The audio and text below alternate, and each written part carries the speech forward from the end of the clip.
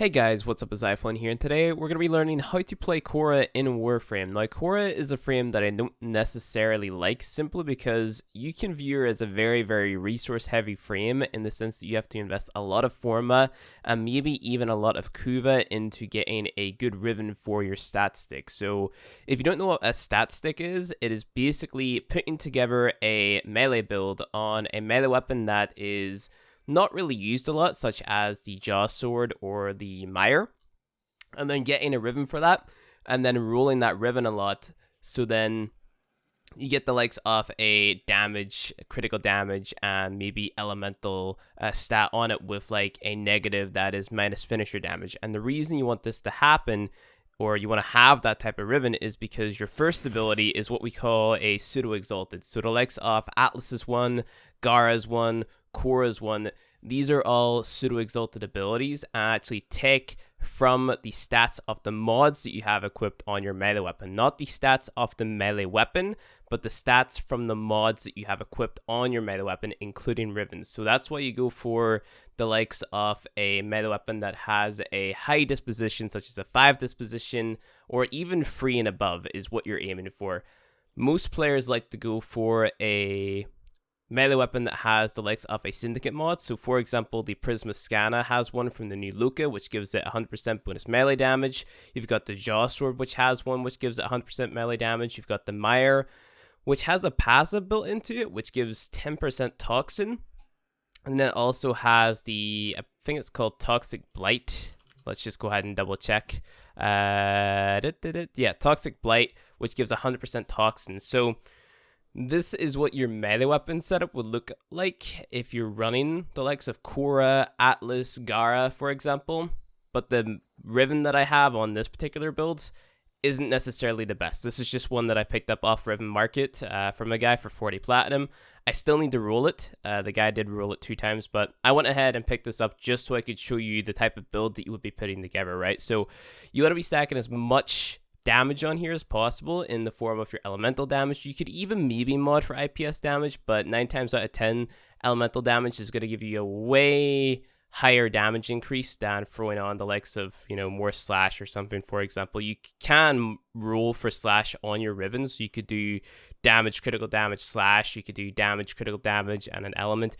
It's really down to whatever you get. Like rolling out slash as a stat on your ribbon, I mean, unless you roll a better roll, it's not really that big of a deal, right? But 9 times out of 10, unless your weapon or your pseudo-exalted or whatever it is that you're modding for, unless 90% of that weapon's total damage is made up of the particular IPS that you're modding for, it's better to go with an element, right? So we have Prime Pressure Point for our damage. We got Spoiled Strike for more damage, and because attack speed doesn't matter because we're modding just for our pseudo-exalted, our first ability, then the minus attack speed on Spoiled Strike doesn't matter. Usually this would hurt your DPS, but like I said, pseudo-exalted doesn't matter too much. It doesn't affect the casting speed at all. We've got our Ribbon, which like I said, damage, critical damage, and either an element or IPS. You're looking for slash on Khora. You'd be looking for impact on the likes of Atlas, and I just recommend going for an element on Gara. But yeah, critical damage, and then melee damage, and then an element is what I would, what's the word I'm looking for? Usually go for. Let's just settle with that word because I'm not in the mood to search my head for the correct word, I guess. And then a negative, right? So the negative would be like minus finisher damage, or just something that doesn't matter. Even minus attack speed on a pseudo-exalted, like we have on Spoiled Strike, isn't that big of a deal, right? You have your elemental combo, so Prime Fever Strike, Shocking Touch for your corrosive, and then we have on our Syndicate mod on here, which depending on which melee weapon you're using, Jaw Sword, Toxic Blight on the Mire. Let's just go ahead and see what the thing on the Jaw Sword is, because I do have a Jaw Sword build put together for you guys with a ribbon as well. So it's called Bleed of Truth, and you get that from the Arbiters. It's the exact same build, right? So Pressure Point for damage, your elemental combo, Shocking Touch, Fever Strike for corrosive, your Ribbon mod, Spoiled Strike, Organ Shatter for critical damage, and then Sacrificial Steel for that critical chance, right? Because you want to bump up that critical chance on your one as high as possible. So with all of that covered, moving on to the actual Khora builds, You don't have to copy my build exactly. You can mod for more duration if you want, but I like being able to just one-shot with my first ability, using my 2 to get the bonus damage, and then hitting my 1 just to kill like a big group of enemies whenever they all get chained in, and then also using my 4 if I want even more damage type of thing, right? If I want to spread that across multiple enemies. So yeah, let's go ahead and take a look at a build. So I stack as much power strength on here as possible, using the likes of Umbral Intensify, Umbral Vitality. These buff the stats up of one another. Blame Rage for that power strength, of course. And then I don't have Transient Fortitude on here because I don't want to put my duration any lower, because I already have Streamline and Fleeting, because I find Khora to be very, very energy hungry, especially if you want to use her in the long run, like being the main source of damage technically. So I just throw on Pyre Drift on top of my Intensify Blame Rage. Accumulate in Whip Claw to help out with the damage a lot. So this is hitting free enemies will grant a 35% stacking damage bonus to subsequent Whip Claws. Bonus will decay after 10 seconds. So this is really, really good because it's just an even further damage bonus, which is great. Prime Flow, because you're going to need that energy in my opinion. And then we have Stretch on here for range on the 2 and the 4. Now, I've got Arcane Fury on here to buff up that critical damage, but the Arcane doesn't really matter that much. You can throw on Grace and Guardian because Khora does have a decent armor stat and she has pretty high health as well. So that's entirely up to you. If you're looking to strip away enemy armor, like let's say you're going to be taking her into an endurance survival or something, Crucible Projection. If not, then Steel Charge is fine too, because Steel Charge is going to be great versus the Infested and the Corpus, but versus the likes of Grenier and Corrupted, you're going to want to remove that enemy armor so you can deal more damage in the long run, right? And of course, making sure that you've modded for the correct element on your melee is very, very important as well. So, for example, if you do strip away all the enemy's armor with 4 times Crucible Projection and you're playing in a squad, running viral damage would be, in my opinion, must-have. So deducting 50% of the enemy's health is just like gonna help you out a buttload, right? So other than that, that is really it for the build. Whenever it comes to her abilities, like I said, I like to use the 2 first, and then I use my 1 on the group of enemies that I make with my 2. And if I really, really want to lock down an area, I'll put my Strangledome, my 4th ability, on 2 different doorways, right? So it does last for only 8 seconds, but I feel if I'm going to be killing that entire group of enemies, that is enough for me. I prefer a very, very proactive playstyle on Khora. And like I said, if you wanted to, you could sacrifice maybe some efficiency or some strength on this build for more duration. So for example, because you have such a powerful setup on your melee weapon, you don't necessarily need to have Blind Rage, and because you don't have Blind Rage, then you don't need to have Fleeting Expertise. So there's 2 mod slots on there that you could use for duration. So you could use Prime Continuity, and then you could use Augur Message, right? Or Prime Continuity and Constitution, depending on how much space you have in your build and what you're doing and what you're swapping around and stuff like that. So entirely down to you as a player and how you want to play Khora. This is just how I personally like to play her, the proactive jump from group to group and make sure that they are dead whenever I want them dead, and get out as much damage with 1 cast of Whip Claw as I possibly can, right? So let's go ahead and take a look at the stats. So we have a 14.5 meter range on the 1, and then we have a 7.25 meter radius. So the radius is, I believe, the explosion stat, because Whip Claw actually does like a miniature explosion, but it can't exceed 200% power range. So there's no point modding for over 200% power range in the builds. So if you pay attention, you see that little like explosion it does at the end of the whip. That's what I'm referring to there, and enemies within that kind of radius will be affected by that. So I don't think minus range stats on your Riven actually affect that, but I'm not too sure, so that's important to note as well. If you're buying a Riven that has a minus range stat, but maybe it has like damage, critical damage, and an element or an IPS or whatever, just keep that in mind that I'm not entirely sure, but I don't think it does. So yeah, moving on a little bit, we have 807 base damage, which is extremely high. This also scales with your combo counter, by the way, so if you're using the likes of Naramond, the Power Spike skill on that, that's going to help out a lot with your damage, because you're going to keep that sort of scaling damage up. You've got Ensnare, which is your CC ability, where you can target one enemy, and then enemies that are within 43.5 meters are going to be pulled towards that enemy, and then they're going to be CC'd as well for 6 seconds, which is enough for you to murder that entire group of enemies. And it's a very, very quick cast as well, which is why I said I prefer like a proactive Khora style of play, right? Because I can just cast this Ensnare very, very fast. Same with Strangledome, actually, because Strangledome was very, very quick to get off as well.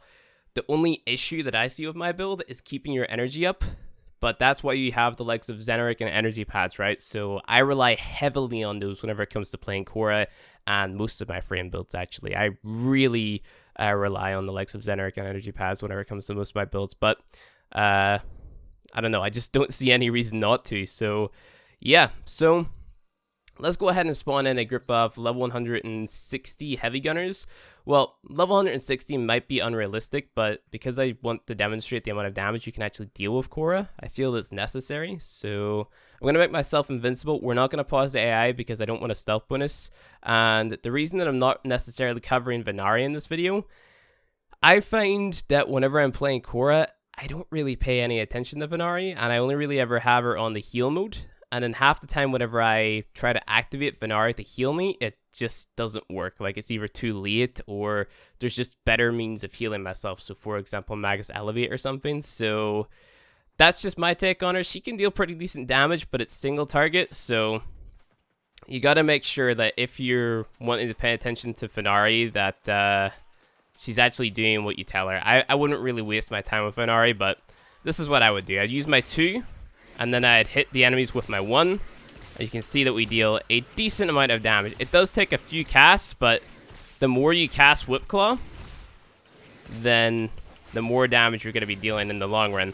Now, one thing that's very, very important to know, actually, that we're talking about Venari, is I have a, what's it called? A mod equipped on Venari. And you can also equip this on your other Kavad as well, if we go ahead and we kill these enemies, that strips away enemy armor, right?